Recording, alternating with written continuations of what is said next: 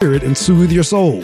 In addition to great music, you will be introduced to guests who are the authors of bestsellers, hidden gems, and spiritual reads that will challenge your mind and enrich your heart. So join me every Saturday morning starting at 6 a.m. for the Reading Circle on 88.7 Brave New Radio. Just don't listen, experience it. WPSC Wayne. 88.7 Brave New Radio. Yes, you are listening to 88.7 FM Brave New Radio. We web stream around the world on gobrave.org. So no matter where you are in the world, as long as you have a device, connectivity, and speakers, you can hear the show. As a matter of fact, my guest this morning, she's calling all the way out of Washington State over there in Seattle. She's another guest calling from the West Coast. As you know, my guest last week was from L.A. She was calling out of Los Angeles, and my guest this week is calling out of Seattle, Washington. Good morning to you, Karen. Just saw your text. Good morning to you. Thanks so much for tuning in, as always. I'm glad that was your song. Yes. So shout outs to Karen. I'm going to go ahead and roll over into the 7 o'clock hour, share the weather with you, and then get my guest introduced. Tanishia, can you hear me? Yes, I can hear you. Excellent. We will be underway in a couple of seconds. So I tell you what, right now we are at 40 degrees. We are working our way up to a high of 55 degrees with a low of 47 degrees. We can expect AM fog, PM clouds. Then on tomorrow, Sunday, 67 degrees as a high, 53 degrees as a low, PM showers. Monday, 56 degrees as a high, 33 degrees as a low, some AM showers. And then on Tuesday, sunny, 63 degrees as a high, 38 degrees as a low, and rounding out the forecast on Wednesday, 65 degrees as a high, 41 degrees as a low. It will be mostly sunny. That is the weather brought to you from the Brave New Radio Weather Center. So as I said, my guest is on the line, and she's calling all the way from Seattle, Washington, which is about 4 o'clock in the morning her time, which is 7 o'clock our time. So just like last week, when Susan was with us, it was 4 o'clock her time. This week, Tanishia's with us, and it is 4 o'clock her time. So I'm going to get her introduced, and she's going to let me know the updates to her bio, because she was on the show last year, and some things have changed between last year and this year. Matter of fact, it was around May last year. Tanishia is a self-published author, poet, and orator. Tanishia is a single mother of Jeremiah and Josiah, whom she loves and adores. Tanishia is a versatile author who enjoys writing for various audiences. She is also a Notary Public, process server, and has a degree in allied health and science. Tanishia loves to paint and spend time with her children. Chosen as one of the top 3 winners in the Panama Folklore Seattle 3rd Oratory event, Tanishia's, quote, Waiting in Vain, unquote, poem earned recognition by Eiber Wein Publishing. Tanishia's poems was inducted into the anthology book Eiber Wein Acknowledgers 2023's Best Poets and inducted in another anthology book. And there's been some changes to that. So Tanishia, good morning. Good morning. Good morning, everyone. So I'll tell you what, let's update us on some of the things that I did not mention. What's some of the things that's happened since we were together last? So since I haven't spoken to you, I put out 2 more books. So now I am a 5-time author, and I am a 4-time inducted poet into Eiber Wein. So yeah.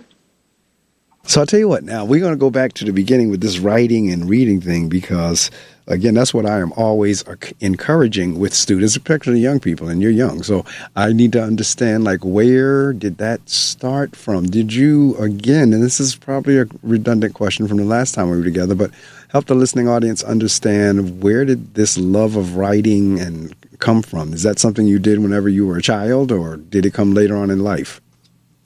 No, absolutely. That was something that I did as a child. I always received on my birthday or Christmas diaries and things like that. And so I would just write about all my feelings and emotions. And I would literally talk to my diary like it was a person. Like, I am so sorry, I forgot to write and tell you about what happened this week or last week, or, things to that nature.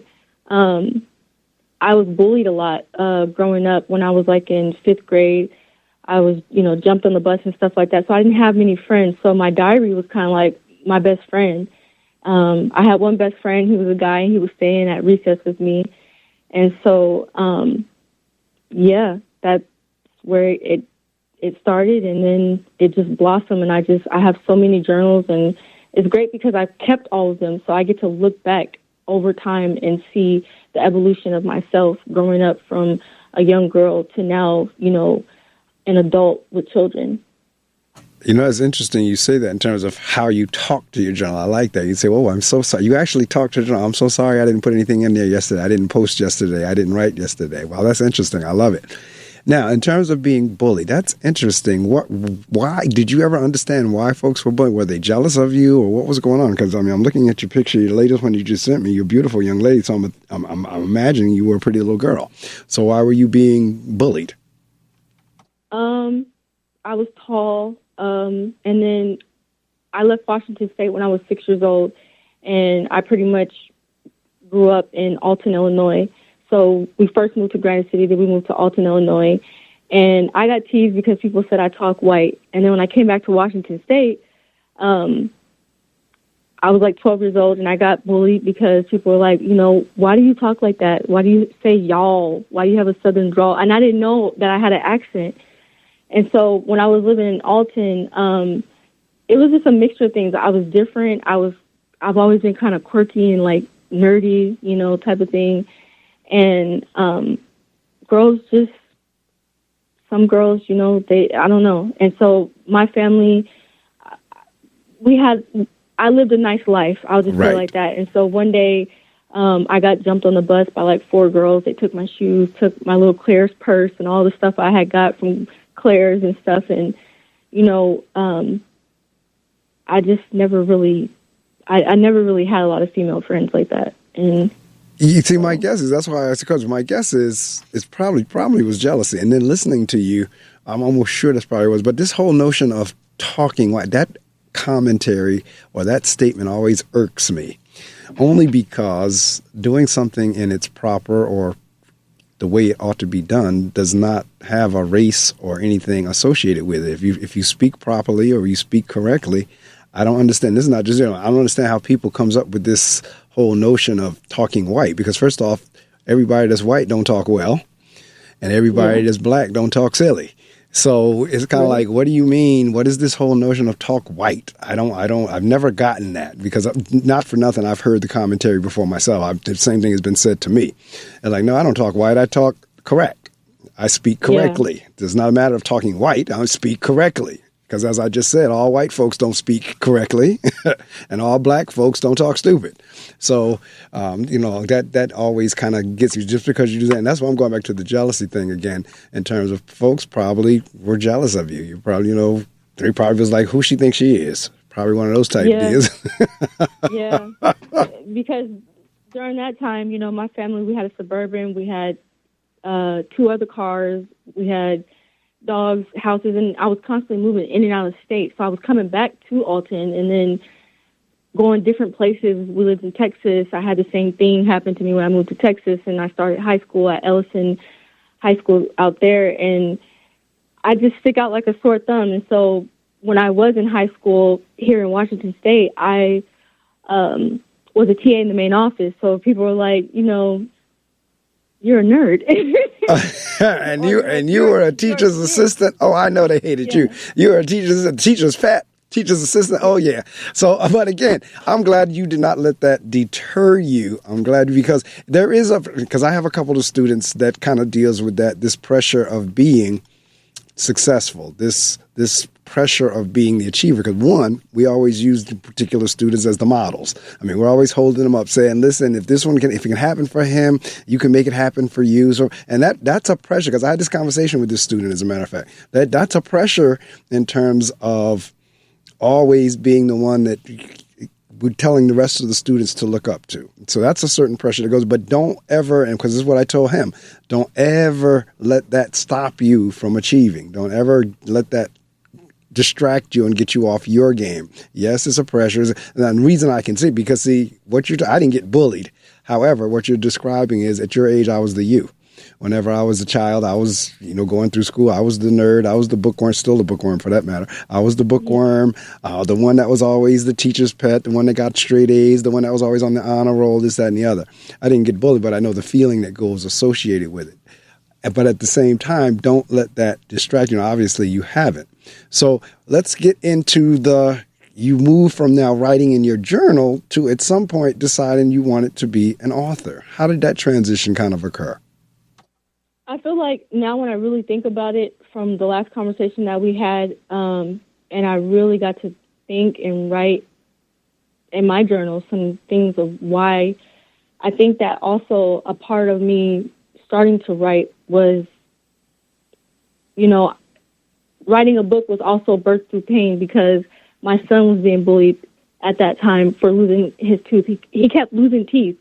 And so it was hurting me that he's coming home and he's, telling me that the kids are bullying him, and he was upset. And I'm telling him, like, this is like, a passage of, a rite of passage in development of childhood. Like, you have to lose your teeth, and it's okay to look different. It's okay to be different. You're going to look different at, different stages in life. And then he had to get glasses. So that was another thing where now he's I remember different. That. It's an added, oh yes, changer. And so, it was hurting me as a parent. But then, I started to laugh about it and, talk to him about it, and we're laughing. And then one day I just began to write. It just felt so natural to me, to express, how I felt and, write. But then now I had to, come up with an illustrator and detail the designs on how I wanted the book to lay out and, how I wanted it to look and represent me and my story and the message that I was trying to convey at the time. And she's talking about her first book, Jeremiah's Loose Tooth. And that was the title of the book, Jeremiah's Loose Tooth. And when you talk about the glasses, I started wearing glasses at 8. And so 8 years old, I guess I was second or third grade, I had to start wearing glasses as well. And so I know that feeling and can relate as well. Now, when you stayed losing teeth, he was coming home. It wasn't from somebody knocking them out. It wasn't from the other kids knocking them out with the bullying. It was just a natural process of losing a tooth because we have our baby teeth and then ultimately we lose them and we get our permanent teeth. Yes. So, yeah, that's exactly what was happening. So he was losing teeth at home. He was losing teeth while he's just, randomly just doing different things. And so it was happening. I was like, oh my gosh, I had to take him to the dentist because I'm like, he's losing a lot of teeth. Like, what's going on? Because I was scared because I'm like, I didn't lose this many teeth. But, so it also helped because when I did an author visit, I talked to the kids at the school, and let them know, like, hey, and encourage them, like, it's okay to look different. You're going to change your facial structure is going to change numerous of times as you're growing up. So, change is good and you just have to embrace it. So. You know what? And that is correct, especially when you're talking school children in terms of being different is okay. Because that's where I was going a couple of minutes ago when I was talking about the whole notion of being smart or being, academically successful. Like, that's okay. We have a lot of children who will dumb themselves down to fit in. In other words, if the rest of their peers are not as quick as they are, they'll feel like, okay, in order for me to fit in, I'm going to have to dumb myself down. I'm going to have to pretend like I'm not smart, which is not a good move. Right. So I see here you have your book encourages literacy and comprehension skills. Talk to me a little bit about that, because in terms of comprehension, that's one of our biggest challenges in terms of, and that's why I asked you the question about as a child, were you a reader? That's one of our biggest challenges with children is they may be able to decode, and that's even questionable.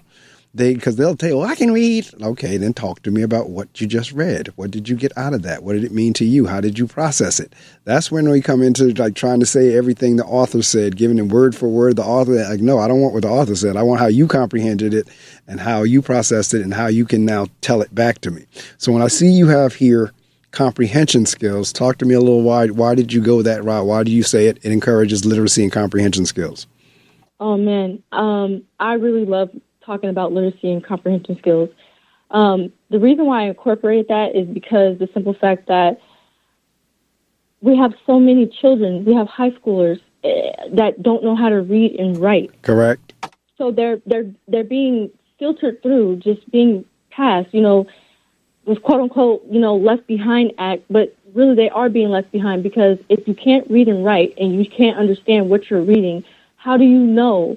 You know what I'm saying? So we have a lot of, basically they're just they're getting these kids prepared to just to not think for themselves. Correct.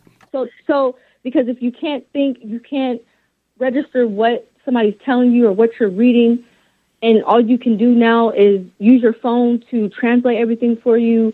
You're not thinking for yourself. You're not using your mind. And one thing I tell people, I always say, my mind has been working like AI before AI even came out. I say the same thing. Correct. Yes, because I can produce and create something just off the top of my head. Like I was telling my friend yesterday, he's a poet, and I gave him my idea. I said, you know what, you should do like a banter type of thing where it's a man and a woman, and then a third party comes into it too, but make it like a play. You know what I'm saying? So my mind just goes and it generates. And so to go to these high schools and visit and talk to these students, and they're not competent, and it's sad.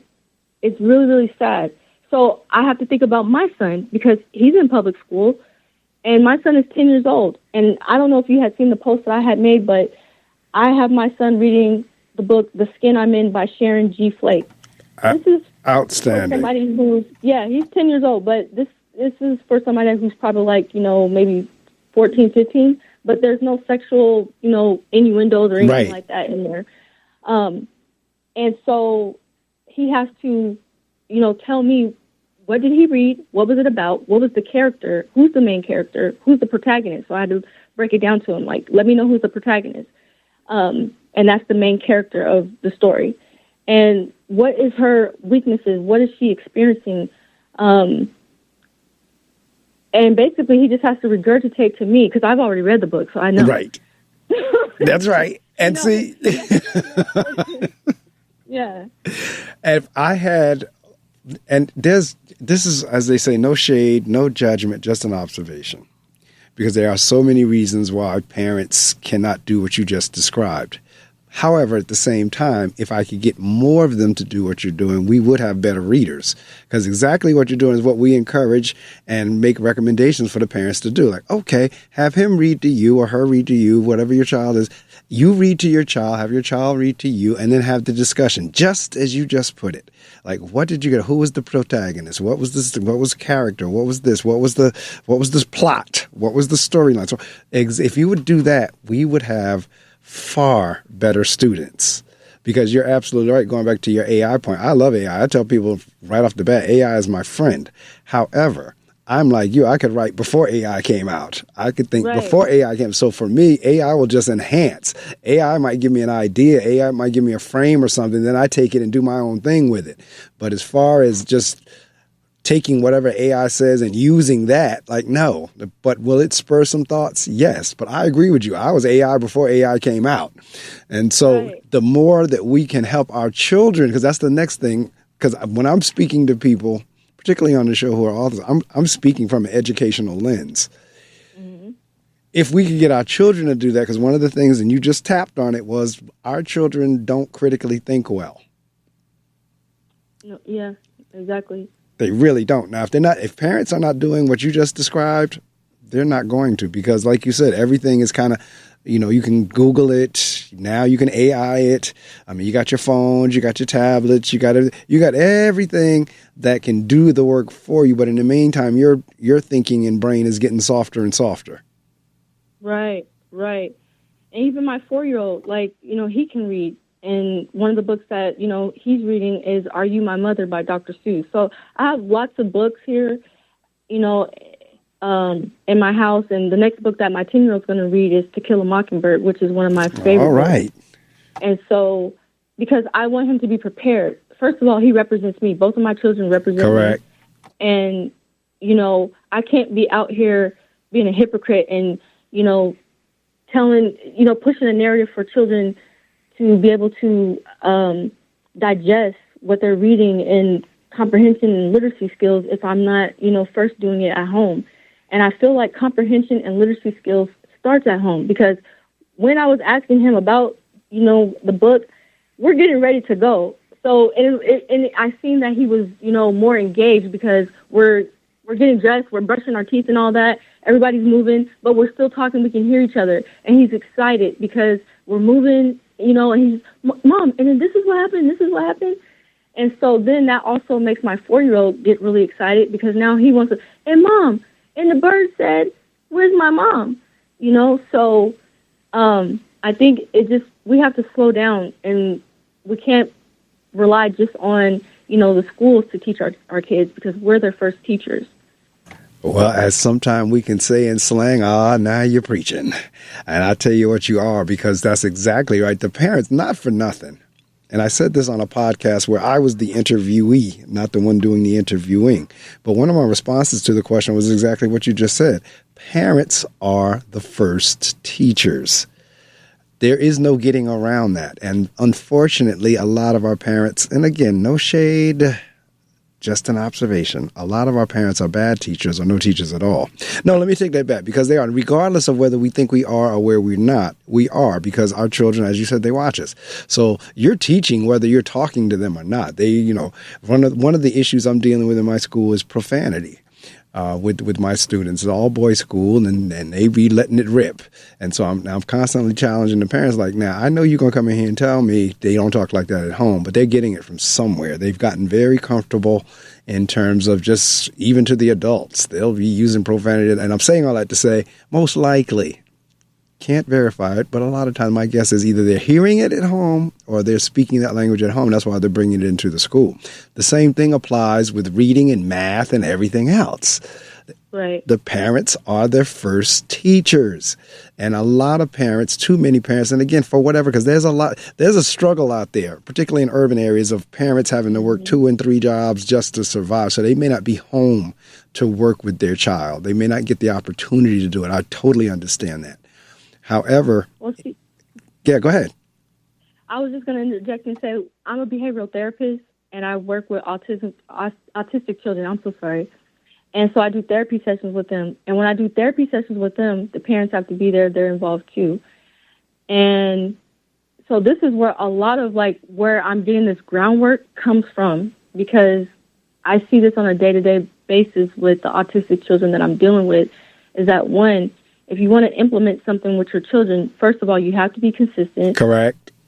They're going to do what you allow them to do. Correct. So, we have to do reinforcement. So it'd be like, you can't go outside unless you read this book first. And they can fall down, throw a tantrum and all that type of stuff like that. But you can tantrum, you can fall out. That's right.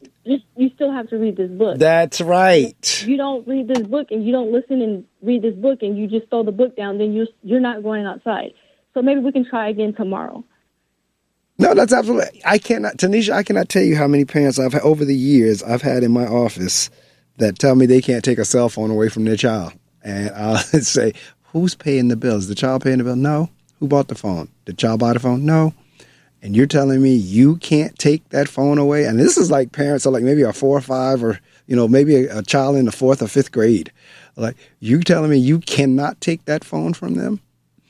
And so I could not agree with you more in terms of listen, and if you want to do this, you're going to have to do that. Now, I'm not an advocate for using reading as a punishment, because I don't want children to associate reading and punishment. But what you just said, I am an advocate for. You can do that, but before you do that, we're going to do this. And I'm like you could throw all the tantrums you want. Because, see, that's the way I was raised. I tell people this story all the time. I can remember to this second, sitting behind this microphone, sitting at the kitchen table. Me and my father, we were going over multiplication tables. I got stuck on the 4 times tables. And I cried and carried on. And my father was very clear. I don't care how much you cry, we ain't getting up from this table till after you've gone through the 4 timetables. Yeah. And by the time we got up, I knew him all the way from 4 times 1 all the way up to 4 times 12. So it is about parenting, that determines, for the most part, every now and again you'll have an outlier of a child that regardless of what the parents do or do not do, they're going to be a good student. But that's not always the case. Most of the time when you have a good student, it's connected to a fairly decent parent. Right. Which comes into my second book, Jeremiah Can Be Anything, which is where Jeremiah gets to explore the possibilities of, self-discovery, empowerment and confidence, flexibility, open-mindedness, imagination and creativity. And it resonates with so many young readers because this book explores him being different career possibilities, because we have so many kids nowadays. When I go to these schools, I'm telling you, because I go to elementary, middle schools, high schools, and I go and do speaking engagements. And I ask, what do you guys want to do? What do you want to be when you get older? And everybody's like, oh, I want to be a TikToker. I want to be an influencer, or, those type of things. But I'm like, it really bothered me. So one day I came home and I started writing about it. And I was writing down my frustration as to how our society would look if everybody's just dancing everywhere. Not to say that dancing is bad, but I'm just saying, like, there's no spark in them to want to, be, a dentist or astronaut. That's right. Dreams. They've stopped dreaming. They've stopped having an imagination. And when I was a little kid, I wanted to be a scientist. You couldn't tell me I was going to work with kids when I got older, because I just knew I was going to be a scientist because I love science. And so, but, God took me a whole different way, and I'm here, and I know that, I'm working with children, and I have a purpose for this, because everything I do pretty much encompasses around children. And so this book is really great because Jeremiah gets to explore being a dentist, an astronaut, a paleontologist, a firefighter, a police officer. And so now I'm also filming a film behind this book. And we started filming with colleges, the Tacoma Police Department, a lot of different people. So it's going to be really great, like really, really great. And I'm super excited because Jeremiah gets to have hands-on experience, being a firefighter, putting out fire, being a police officer. And this is going to be displayed in the film.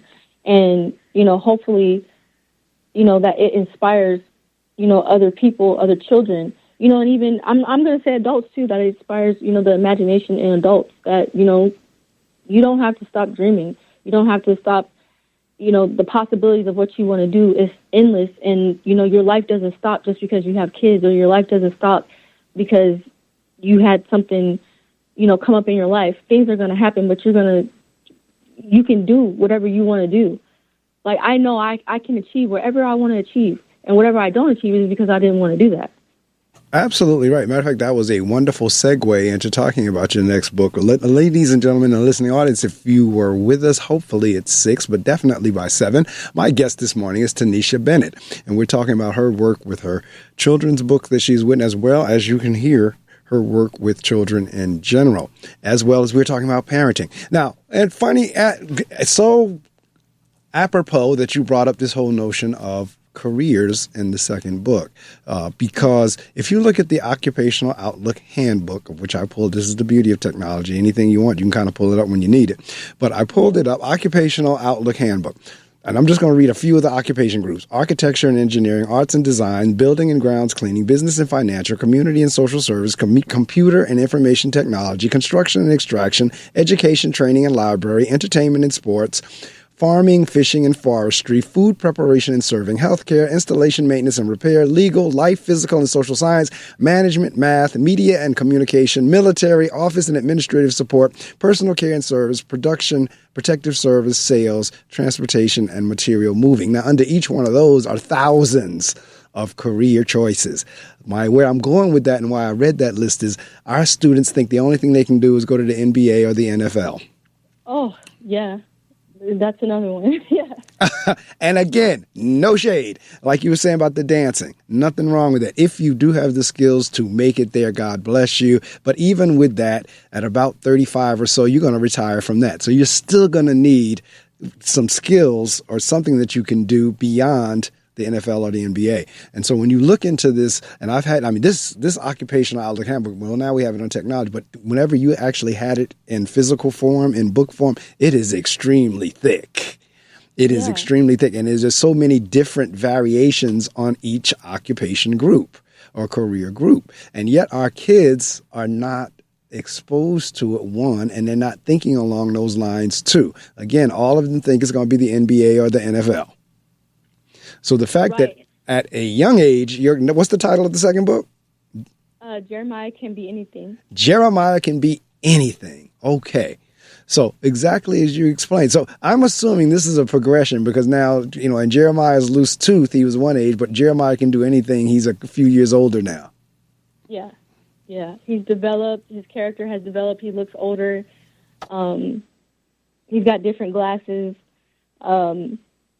It's just really great because even filming with the fire department, the communications director, we were talking because it's at a college here in Tacoma.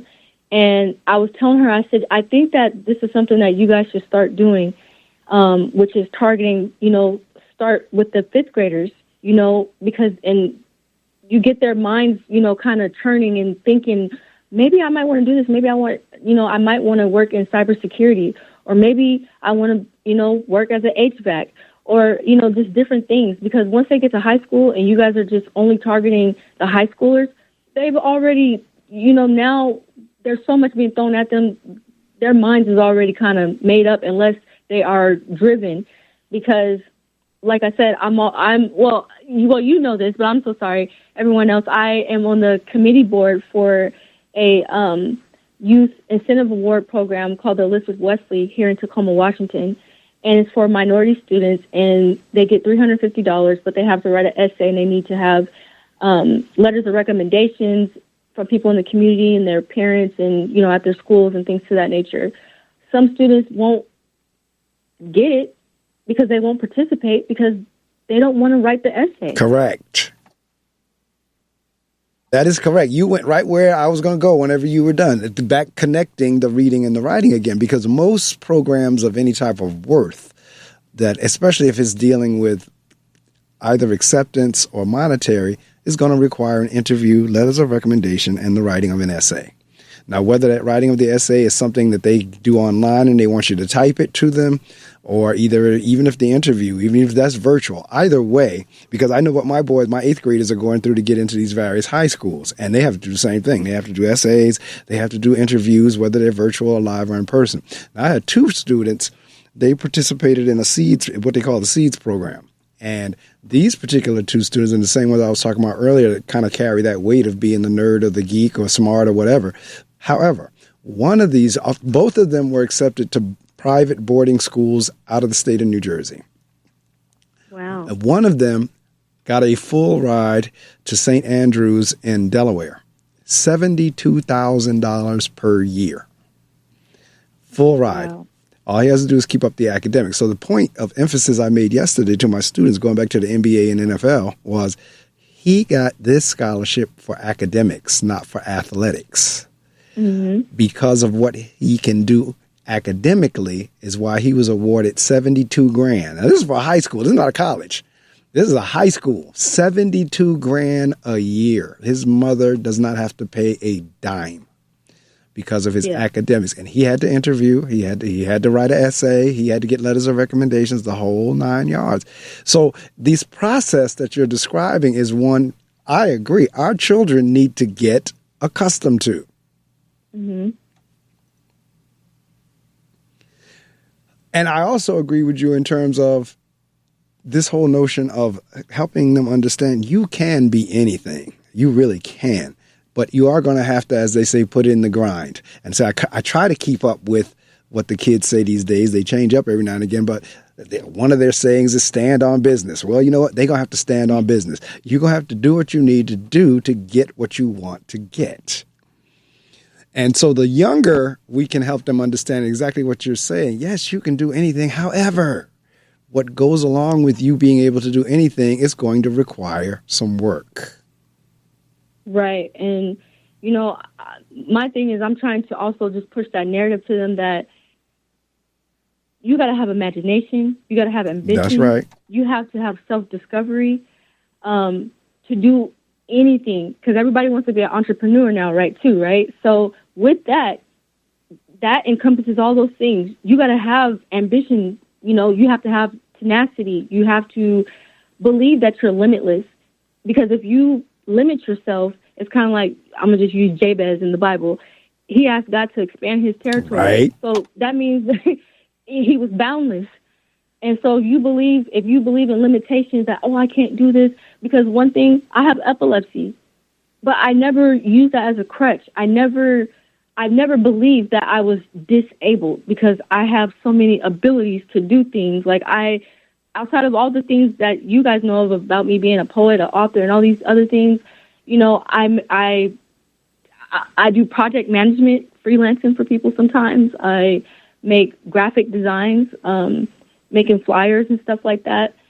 And so when I put my mind to something, I know I can do it. And nobody can tell me any different. And I know not everybody's like that. Some people need, encouragement, and, they need a little push. They need some type of words of affirmation, which is fine. And those are self-starters. But not everybody is a self-starter, and they might need those things. And that's fine, too. But whatever you need, nobody can help you if you don't seek it. And, correct. I think that this generation now is starting to realize that I had it in my mind. I was just thinking about it, but that basically they're not self-starters. Right. They don't know how to problem solve. This is going back to the critical thinking thing again. This is what I was talking about earlier. I will be in a class where we have gone over something and said, okay, or we'll try to get them to, what do you think the next thing is going to be? Crickets, won't hear a word. Like, based on what the author said, based on what you just read, based on what do you think is going to be the next? And like you said, imagination. All right, make it up. What do you think is going to happen next? Crickets. Okay, the author said this. The storyline did that. Talk to me a little bit about how do you think you would have reacted had you been in that situation? Crickets. I mean, it's like no critical thinking whatsoever. Now, going back to what you were saying about the entrepreneur, I'm kind of sort of maybe a different kind of principle. And then when I say that in terms of this whole notion of everybody has to go to college, I'm not one of those principles that's going to say you must go to college. You do have options. I mean, you have college, you have military, you have entrepreneurship, you have trade school, you have tech school. However, all of them requires you to be educated, regardless of which. Courses on yes. the internet. You know what I'm saying? Like, you can go get a Google certificate, a Coursera certificate. There's so many, things that you can find if you look. If you look, you'll find it. Oh, you're absolutely right. There is not a better time to be a student than it is right here in 2025 in terms of resources. Not in our history has there been a better time to be a student. And yet we still have so many people who just, for whatever reason, choose not to be educated. To be honest with you, Tanishia, and I have to keep putting the disclaimer out there, no shade, no judgment, just an observation. There is no reason for anybody to be dumb in 2025. Absolutely not. That just isn't. Absolutely not. If you dumb, at university. No, I'm serious. If you dumb in 2025, it's because you want to be dumb. That's just cutting to the chase. That's just keeping it real. If you are dumb in 2025, it's because you want to be dumb. Because it's not that you don't have the opportunity. Like you said, maybe you don't go to university, but you can go to your own university by pulling up stuff, like you say, on Google or on AI, whatever. Just buying books. Going back to you were talking about buying books. I haven't been in Barnes and Noble lately, but I remember, especially years ago, I would go and I would just kind of scout around and see how many black families were in there. I just wanted to see how many, black families are in this bookstore. And when I would come across one, I would applaud them. Like, thank you. Please don't stop bringing your child here. We have the free public libraries. We've had them forever. And, so there's so many different ways of becoming educated. That does not necessarily mean you have to go to the schoolhouse itself. Now, going to the schoolhouse, by all means. However, like that self-starter thing you were talking about. I mean, I have kids going, why did you do it? Because I was bored. Okay, did it ever occur to you maybe to take out a book? Did it ever occur to you to maybe look at a YouTube? Because you got YouTube. There is nothing on YouTube that you can search that's not on there. I don't care what you're trying to fix. I cannot tell you how many times I was trying to fix something and I went on YouTube and the instructions were right there. Yeah. I cannot tell you the times I have gone on YouTube when I've ordered something, I had to put it together. The written directions made no sense to me whatsoever. So I go to YouTube, Follow it. It's right there. So I'm saying all that to say there is nothing that you cannot learn based on the technology and resources we have available to us. Yes, yes. So I just, even with my poetry, so just to talk about that a little bit, like when I write my poetry, it's from my imagination and I call it the artifacts of my heart, because my poetry is where I get to really express what's on my heart that I don't normally express to other people, or, the hidden things, my feelings, my raw emotions about things. So any poem that you read of mine, those are my raw, true, emotions. I'm vulnerable. I'm, every emotion that you could probably think of, I'm on the Richter scale, just going up and down, I know that feeling because I'm experiencing that myself. And it's great. It's great. It's a really great release to put. And then, also writing poetry, it doesn't always have to rhyme. Right. Yeah. So. You're absolutely right. Now, was there a third? Because you said your fifth book, whenever we were talking earlier, because I know we have... So I have 5 books, 5 self-published books on Amazon, and then I have 4 anthology books with Eiber Wein that I've been inducted into with my poetry. Congratulations. So, yeah, they really like my poetry. So I guess they like all those emotions. Yeah. So, I have applied for one, and so I just really love writing. I love sharing my emotions, and like my kids, I was telling them, I said one of the good things about all these journals and the books and stuff that I have, I said this is stuff that you'll be able to share with other people when somebody asks when I'm gone, what was your mom like? Right. Who was she? Right. And I said, you'll have these books, you'll have my poetry, you'll have all my journals to read and, put together whatever you want to do with it, but to show, all the different sides of who your mom was, and, the legacy of who I was. Correct. And what I was about. Even with this interview, this is going to be on the internet for forever. Correct. And so, at this stage in my life, you get to hear who I am, what I'm about, and, what my morals, ethics, belief systems are, and, how much I love kids, and, how much it means to me, and how I'm processing, and I'm self-aware about what's going on with children right now in 2025. So now of the 5, are there, 3 children's books or 2 children's books? Two children's books. So the 2 are Jeremiah's Loose Tooth and Jeremiah Can Do Anything. And Jeremiah Can Be Anything. Can Be Anything. Yes. And then the other ones are the anthology. See, that Jeremiah Can Be Anything. Matter of fact, both of the Loose Tooth, because both of them have messages in them. With the Jeremiah's Loose Tooth, you're talking about you're all right to be different or look different or what have you, or things, how life works. But in Jeremiah Can Be Anything, we're talking about being able to expand your mind to what is it that you want to be at some point. Because at my school, I constantly keep guest speakers in front of my students.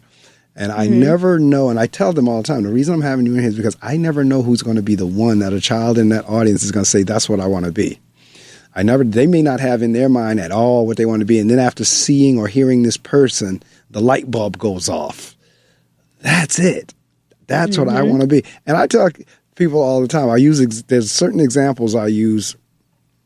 Some of the most, and I'm not saying a child at 8 or 9 has to be definitive, because like you said, it will switch, it will change. However, some of the most successful people are ones that did know at a very young age what they wanted to do, and they charted their whole course on getting there. I always use Bill Clinton as one. Bill Clinton had the opportunity to shake John F. Kennedy's hand, and from that point, he said, I'm going to be president of the United States one day. Everything he did, from the woman he married to the college he went to the offices he held, everything contributed to him ultimately becoming president of the United States. Kenny G, the saxophone player, was watching the Ed Sullivan show, didn't even know what a saxophone was, but saw that saxophone player on Ed Sullivan and said, that's what I'm going to do. So we just never know who the person will be or what it will be that spurs the that's what I'm going to be moment. Right. Right. And my biggest message that I want to convey to children and that I teach my kids and I often bring up when I go and do speaking engagements is that anything you do is a service to somebody else. So we are all here to serve one another. That is correct. And you know what? All right. That is an interesting message, especially to get across to kids as well, especially to get across to society, because we live in a very selfish society in terms of it has to be about me, it's for me, what's in it for me, compared with, no, we're here, we have a purpose, and that purpose that we're put here is to make life better for others. Now, that doesn't mean you can't make life better for yourself. As a matter of fact, the way it works is the more you try to make life better for others, the more better your life becomes. All right. So absolutely. So to get that across to kids, though, is, I mean, like, because, you know, help your classmate out. Like, don't if you can't say anything positive, don't say anything at all. Do not tear your brother down. Like I said, I have an all boys school, so we're constantly saying, don't tear your brother down. If you lift your brother up, don't tear your brother down. And so It's kind of like that same thing of getting that message across. You don't have to tear down the person in order for you to look good, in order for you to do what you do. You should be helping them. And so by all means. Now, you said you do speaking engagement in schools. Do you speak at your children's schools?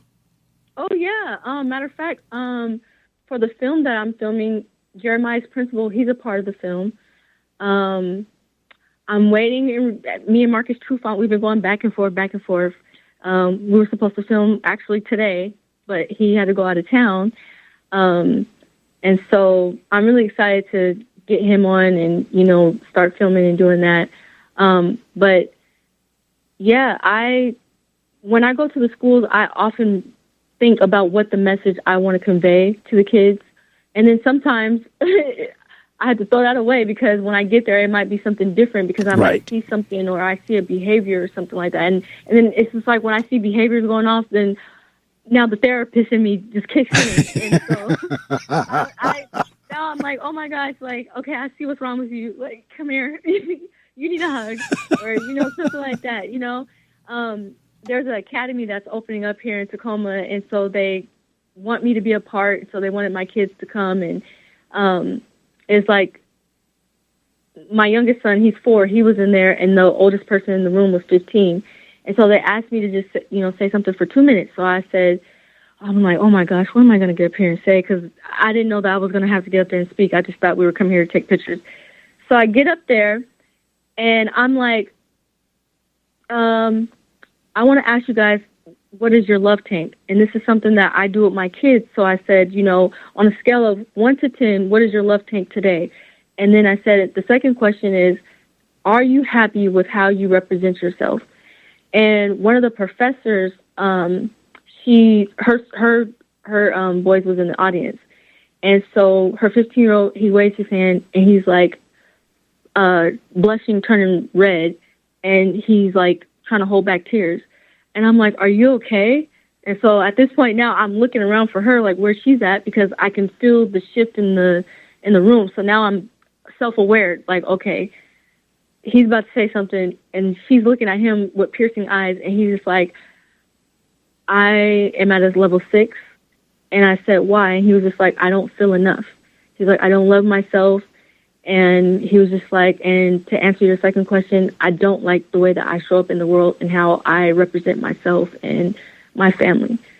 And I was just like, oh my gosh. So because his mom was so stunned and shocked, I knew then, like, not to proceed further. And then I let the other kids talk, but I didn't say anything else to him because I knew that she was closed off. So I was trying to hurry up and walk out, but he was coming after me like he wanted to say something. But I knew that his mom was not ready for that. So I ended up seeing her again. And she's like, oh my gosh, she said, you know, my son goes to therapy, but he's never said that to the therapist. He's never said anything to me. I didn't know he felt that way. And I said, yeah, you know, I understand. I said, I understand as a mom how that can feel, you know, but I had to try to, like, you know, make it. I said, but, you know, as a parent, we got to make that safe space for them. Right. And talk to us. So I use how's your love tank to for us to engage, and then they tell me how their love tank and what happened during the day that made them not feel, good or whatever it is, you know what I'm saying? So just finding new ways to engage with my kids, because I do this with my therapy kids too, because sometimes they're mad and they're throwing tantrums and, screaming and hitting and things of that nature. And I'm trying to figure out, well, what's wrong? How's your love tank? So I made that up to help my kids at work, but now it also works at my house too, because they're still kids too. No, absolutely. I could not agree with you more. Because again, going back to guest speakers I've had, of which I got to talk to you, because it's Women's History Month. We can do it virtually, but I've been inviting women to speak because most of the time my presenters are males, but I've been inviting women to speak because it's March and it's Women's History Month. And so maybe we'll connect some kind of way, if we can, depending on what your schedule is, because I know we have a 3-hour time difference. But if we can maybe do like a Zoom or something where you can get a chance to present in front of the boys or talk in front of the boys on the Promethean board, on the, virtually, that would be great if we could do that in March. Because like I said, I'm inviting women to come speak to the boys for Women's History Month. But back to what I was saying about guest speakers. The young man who interviewed me on his podcast, his name is True Kepra, True. The last name is Kepra, Kh. I think I might even have sent the podcast to you as well. True came to my school, and True is very street smart. He's been in the prison system, so forth and so on. He's had various street experiences. When he spoke to the boys, there was a connection like no other speaker I'd had in there. I had some of my hard rock boys in tears. Mm-hmm. And so we never know when we have a speaker come in how they're going to connect. That's why I was saying, for me, I loved it. And prior to COVID, prior to the pandemic, I was cranking 2 or 3 or 4 guest speakers a week in there. It was almost like every day was career day, and I was cool with that. I was fine. Since we came back from the pandemic, I have not been able to get as regular, but we still do have speakers come in. And like I said, because the last set of speakers I had was detectives. I had 2 detectives that talked to them, and they kept it real with them in terms of, if you tangle with us, if you wind up entangling with us, this is what's going to happen. And so even with that talk, you never know which child in them might say, you know what, I want to be a detective one day. Mm-hmm. So we really don't know. And the reason I asked you about, do you visit your children's school, is like, when you go to their school, are they kind of like, oh no, mom, or is that, hey, that's my mom? I mean, is it kind of like, are they like glad their mom is in their school, or are they like, oh no, it's my mom in my school? No, my 10-year-old, he's really chill. Like, he's really kind of just like, he's more like, yeah, that's my mom, okay. Like, that's, yeah, like, no big deal, that type of thing. And I have like so many drawings like the kids make me while I'm there. Like, and that's another thing, is like representation. Correct. I noticed that how I represent myself and how I go, because I'll wear heels too, because I like wearing heels. All right, now. Nice. Now, needless to say, I am not mad at you for that. Just make sure you don't fall.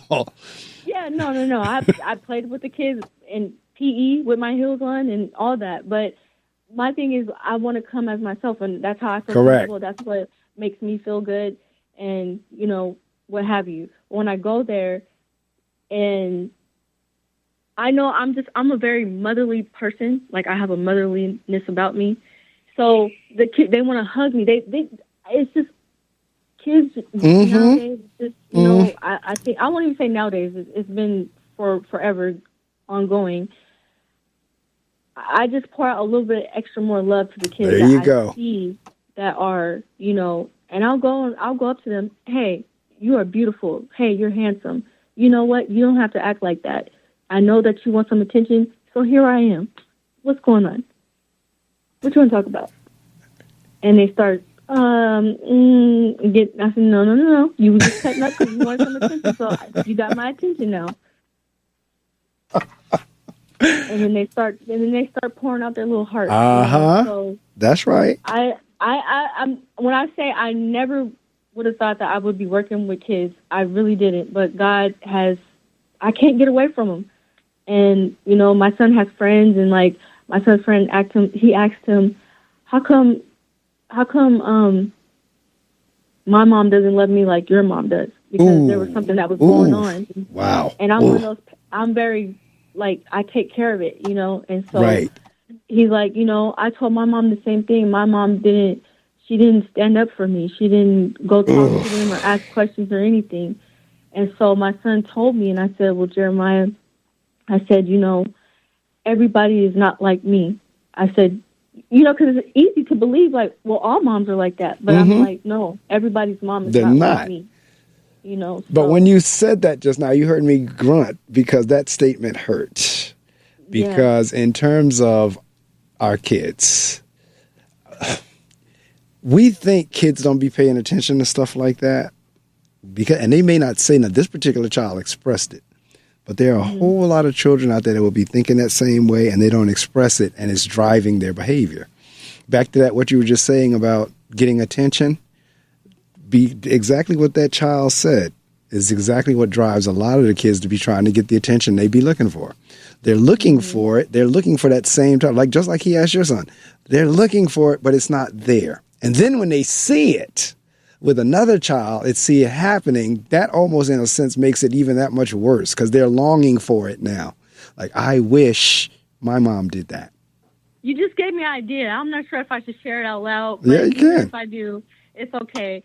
Because nobody's going to write it like me. But you gave me an idea about maybe writing a love language book for kids.